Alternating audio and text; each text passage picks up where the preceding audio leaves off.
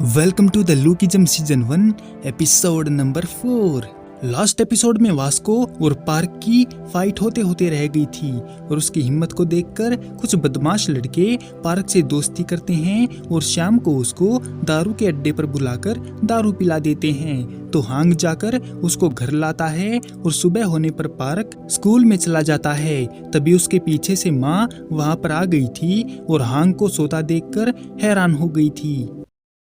School की छुट्टी होने पर पार्क घर आता है तो उसे घर में किसी की मौजूदगी महसूस होती है और जब उसने अंदर जाकर देखा तो वहाँ पर उसकी माँ बैठी थी, लेकिन वो पहचान नहीं पा रही है कि इतना हैंडसम लड़का कौन है और कहाँ से आया है। तो पार्क बहाना बनाकर कहता है कि वो हांग का दोस्त है और रूम पार्टनर भी, जिससे दोनों का किराया आधा आधा बट जाता है।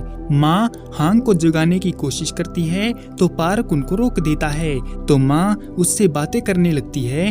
उसे समझ नहीं आता कि इतने छोटे कमरे में वो आराम से कैसे रह रहे हैं। तो पार्क ने बताया कि दिक्कत वाली कोई बात नहीं है, उन दोनों को अब इसकी आदत हो गई है। पार्क ने बताया कि हांग स्कूल के साथ साथ पास वाले स्टोर में पार्ट टाइम जॉब भी करता है। ये सुनकर माँ को दुख होता है कि उसका बेटा कितनी तकलीफें उठा रहा है। उन्होंने कहा कि वो हांग के बारे में उससे कुछ बात करना चाहती है और वो दोनों पास ही के एक रेस्टोरेंट में आ जाते हैं, जहाँ पर वास्को भाई की गैंग का एक लड़का पार्क बोंगजी काम करता है। पार्क के आते ही सारी लड़कियां उसको घूरने लगती हैं और तो और एक लड़की अपने बॉयफ्रेंड को पार्क से कंपेयर करने लगती है। तो उसका बीएफ पार्क के सामने एक नंबर का भूतिया लगता है। तो वो बॉयफ्रेंड अपनी गर्लफ्रेंड को वहां से ले जाता है। पार्क माँ को कुछ खाने के लिए बोलता है, लेकिन माँ तब हैरान हो जाती है जब उसे पता चला कि रेस्टोरेंट तो बहुत महंगा है, इसीलिए वो सिर्फ पानी मांगती है। लेकिन पार्क की जिद पर वो कॉफी पीने को रेडी हो जाती है और उन्हें ये जानकर भी खुशी होती है कि उसका नाम भी पार्क हांगसोक है। तभी वहाँ पर वास्को भी आ जाता है और उनके पास वाली सीट पर बैठ जाता है, जिससे उसको उन दोनों की बातें साफ साफ सुनाई देती हैं। तभी बोंगजी वास्को भाई से कहता है कि अगर उसने वहाँ पर कोई गड़बड़ की तो उसकी नौकरी चली जाएगी, इसीलिए वो कृपया करके ऐसा कुछ ना करे।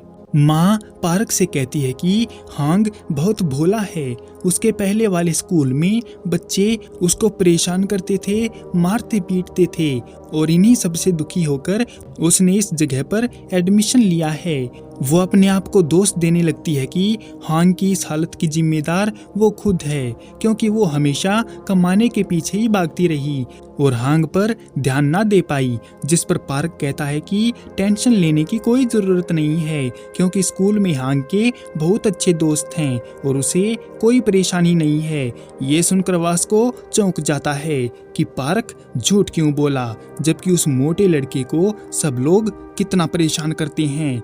इस बात पर वास्को भाई को गुस्सा आता है और वो अपने दूध के गिलास को पिचका देता है और वो बोंगजी से एक गिलास का दूध और मंगवाता है।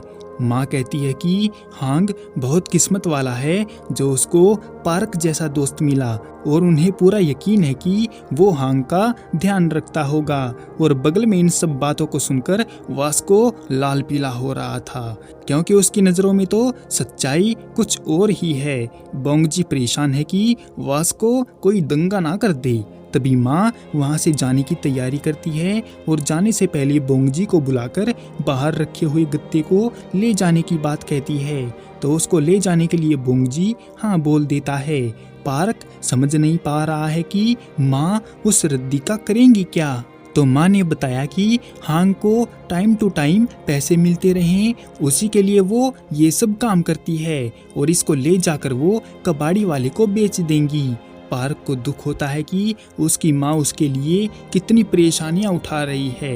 माँ पार्क को उस कॉफ़ी के पैसे देते हुए कहती है कि उन्हें खुशी होगी कि पार्क हांग के साथ ऐसे ही दोस्ती बनाए रखे और उसका ख्याल रखे। और वहीं अंदर बैठा वास्को ये सब देखकर फिर से भड़क जाता है और दूध को बर्बाद कर देता है, जिससे वहां बैठे कस्टमर परेशान हो जाते हैं। तो बोंगजी उन सब से माफ़ी मांगता है।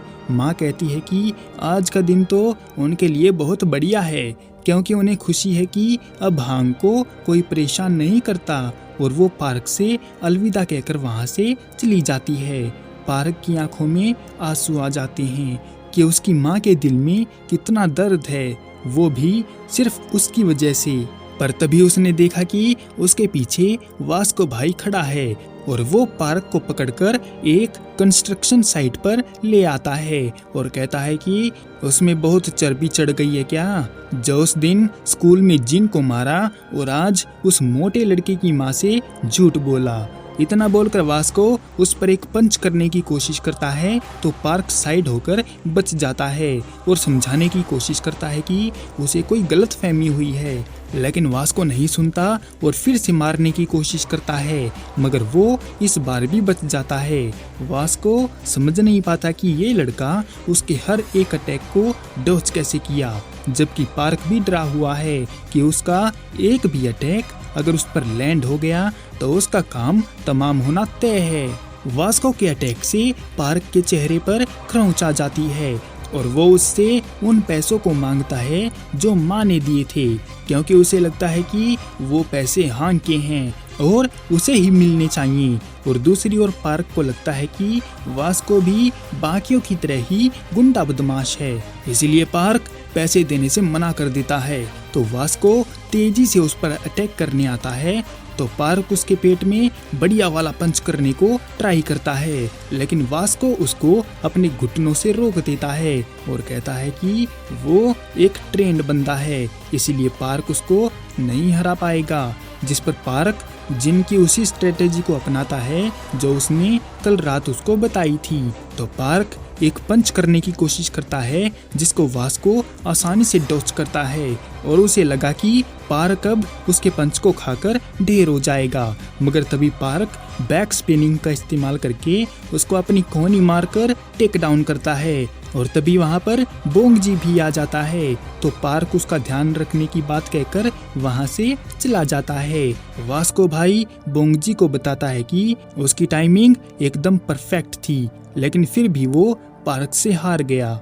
इसके बाद रात में स्टोर पर हांग समझ नहीं पाता कि उसने स्कूल के बदमाश लड़के वास्को की छुट्टी कैसे कर दी, पर तभी वहां पर वास्को भाई आ जाता है और एक दूध का गिलास लेते हुए हांग से माफी मांगता है कि वो उसके पैसों को नहीं ला पाया और जाते जाते उसको एडवाइस देता है कि वो कमजोर नहीं है, बस उसको थोड़ी मेहनत करने की जरूरत है। वास्को भाई को पक्का यकीन है कि पंचिंग बैग को फाड़ना किसी आम लड़के के बस की बात नहीं है। वास्को की बातों से हांग में मोटिवेशन की बाढ़ आ जाती है और वो स्ट्रॉन्ग बनने के लिए पुशअप मारने लगता है, लेकिन इसमें हांग को बहुत जोर पड़ रहा था कि तभी वहां पर एक सुंदर सी लड़की आ जाती है और उसकी मोटी मोटी आंखें देखकर हांग शर्मा जाता है। लड़की सामान खरीद लेती है और साथ में हांग को एक ड्रिंक भी देकर जाती है।